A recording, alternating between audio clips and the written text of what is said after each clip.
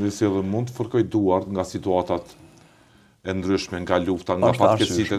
Biznes mund të fërkoj duart, por me qenë se jem shtet, kem mekanizma shtetëror, do duhej që këto çmime stratosferike, këtë orvatje për të mbush xhepat naftarët me para më shumë, për shkak situatave, të vënë në kontroll. Nuk jo vetëm naftarët. Po, jo vetëm naftarët. Jo, nuk jo në mes naftarët. Ja, gabim e ki. Më fal. Jo, nuk jam të thonë vetëm naftarët. Tash, nëse ngritet çmimi. Po. Po ngritet TVSH.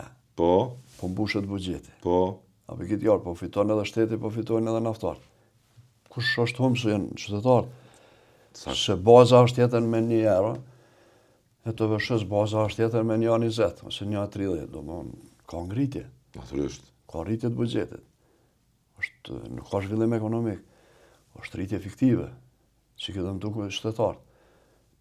Kjo është, po përfitojnë 2 palë, po përfitojnë naftarët dhe po përfitojnë shteti. Kush po hupojnë shtetarët.